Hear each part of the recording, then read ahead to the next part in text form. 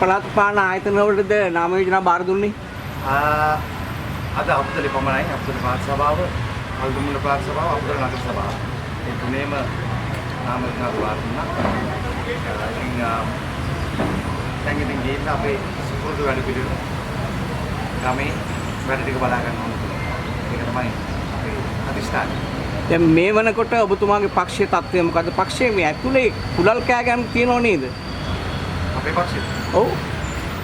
මම හිතුවා මේ වෙන පක්ෂයක් ගැන වගේ. අපේ පක්ෂේ කුලල් ගැනම තේරෙන්නේ නැහැ. ඒව හේතුවකුත් නැහැ. ඔය කට්ටිය කියන්නේ ඔය ලංකාව 1900 අපිට ගණන් 80 ගණන් 50 ගණන් නේවා කිව්වා. වැඩි දන්නේ. දැන් මේ පාර පළාත් පාලන මැතිවරණයේදී මොන වගේ බලාපොරොත්තුවක්ද තියෙන්නේ? මේමයි දැන් අපි දැක්ක අල්පිටිය පාත් සභාවේ උච්චදී කට්ටිය ඔක්කොම දෙන්නලා 15යි නම් මෙතන අපි එදා කිව්වා වගේම විපක්ෂයේ කණ්ඩායම් සියලු දෙනා එකට එකතු වී ගමන යන්න මගේ හැමදාම මම කියන දෙයක් කොයි කාටවත් ඇහෙන්න කියන දෙයක් ඔය බෙදීම පෙන්වීම ලක්ෂණ තමයි අපේ පරාජය හේතුව. ජාතික ජනබලවේගයේ මේ වෙන විට ඉහළ මට්ටමක ඉන්නවා. ඒ ගැන ඔබතුමාගේ තක්ෂීරුව කොහොමද? මගේ නම් එහෙම කිසිම තක්සේරුවක් නැහැ. නැතිනම් පාට බෑලා යන්න ඕනේ. පාට බෑලා යන්න ඕනේ මම නම් මට ඒක ප්‍රශ්නයක් නැහැ. ජාතික ජනබලවේගයට එරෙහිව පක්ෂ කීපයක් ඔබතුමාලා එකතු වෙලා නේද බලය ගන්න යන්නේ? දැනට එහෙම දෙයක් නැහැ නේද? අපි ඒක පොදුමතේ ප්‍රකාශ කරාට ඉතින් අපේ නායකතුමාලා ඒක තීරණය කරන්න ඕනේ. ඒක උන්නෝතින් හොඳයි කියලා මම කියන්නේ. ඔබතුමා වැඩි පාර්ලිමේන්තුවේ පේන්නේ නැහැ නේ. නෑ මම ඉන්නවා. මම පාර්ලිමේන්තුවේ යනවා මගේ විශේෂ වැඩ පිළිවෙල යනවා. ඉතින් මම එදා ඉඳන් කියපු දෙයක් තමයි මහජනයට පෙනී සිටිනවා. කිසිම අයරකින් වැඩියෙන් වාදයක් කීමක් නෙවෙයි වැඩ කටයුතු මම බදුල්ලේ කරන දේවල් ඔබ තමන්සල දන්නවා. ඉතින් මම මගේ සේවය කරනවා රටට. ඒ ගැන කිසිම ප්‍රශ්නයක් නැහැ. ඔබතුමා කට හරියටම ප්‍රවේශම් කරගන්නව නේද? එහෙම නෑ. මේ මගේ ඇති. ඔව්. ස්ටේජ් එකේ මෙහෙම නෙවෙයි. මීඩියාවලට මෙහෙම වෙනසක් නෑ. අපි පිළිසුදු හිතේ කිසිම දෙයක් නැති මිනිහානේ.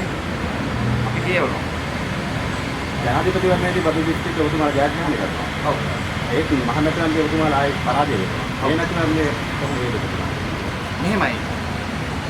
ඔබ තමන්ලා කවුරුද දන්නවා අපි ජනාධිපතිවරයෙක් පත් කරාම ඔබ ගෝඨාභය මහත්තයා තිබ්බා ඉතින් ඊළඟ එකට ඇල්ලෙනවා. ඉතින් මේක මට කියන්න පොඩ්ඩක් අවශ්‍යයි. ඉතින් මොකද මේ ඡන්දෙදී විපක්ෂයේ කණ්ඩායම ඔක්කොම එකතු වුණොත් ප්‍රධාන පක්ෂයට ප්‍රශ්න කරනවා. ඒක තමයි මේ පළාත් පාලන ඡන්ද ක්‍රියාවලිය හැටි. පසුගිය මැතිවරණයේදී ලංකාවේ වැඩිපුරම වියදම් කරපු മന്ത്രിවරයා ඔබතුමා මේ පාරත් එහෙම වියදම් කරන්න බලාපොරොත්තු වෙනවද? කවුද ඒක කියන්නේ? එහෙම නම් කිසිම ආරංචි නෑ. මොකද මම අවුරුදු 5ක වැඩ පිළිවෙලක් කරගෙන ආවා. මේක බදුල්ල දිස්ත්‍රික්කයේ ජනතාව දන්නවා. මම එක දවසක් ගන්න නිදාගෙන ඉන්නේ. නොවැම්බර් 18 ඡන්ද තිබ්බා. අපේ රටේ නොවැම්බර් 15 රැස්වීම කළා. මට ඇත්තටම රැස්වීමද ඡන්ද දින මට අදාළ නෑ. මම ඉන්නේ පාරේ. ඒක බදුල්ල දිස්ත්‍රික් ජනතාව දන්නවා. ඉස්කෝලේට ගියා, පන්සලකට ගියා, වත්තට ගියා, කෝවිලට ගියා. ක්‍රිස්තියානි පල්ලියට ගියා මම ඉන්නවා. Thank you. වත්මන් දේශපාලන තත්ත්වය කොහොමද ඔබතුමා දකින්නේ? වත්මන් දේශපාලන තත්ත්වය. ඔව් වත්මන් දේශපාලන තත්ත්වය අපි පොඩ්ඩක් අවධානයෙන් බලාගෙන ඉන්න ඕනේ පොඩ ඉවසලා. ඒක මටවත් කාටවත් කියන්න පුළුවන් දෙයක් නෙවෙයි. ඉතින් මේ ඡන්දෙදි තමයි ඔප් වෙලා ඉන්නේ. කොහොමද අපේ ජනතාව මේ තත්ත්වය දකින්නේ. ඉතින් අපි කාටවත් කියන්නේ මේකයි. මේ තියෙන තත්ත්වෙද වත්මන් තත්ත්වෙද අනාගතයේද අතීතෙද නෙවෙයි. හැම මිනිහම පුළුවන් විදියට වැඩේ කරා නම් ජනතාවට මේ ප්‍රශ්න නැහැ. ඒක ගැටලු වෙන්නේ ජනතාව අමතක කරලා වෙන වැඩ කරන්නේ. Thank you very much.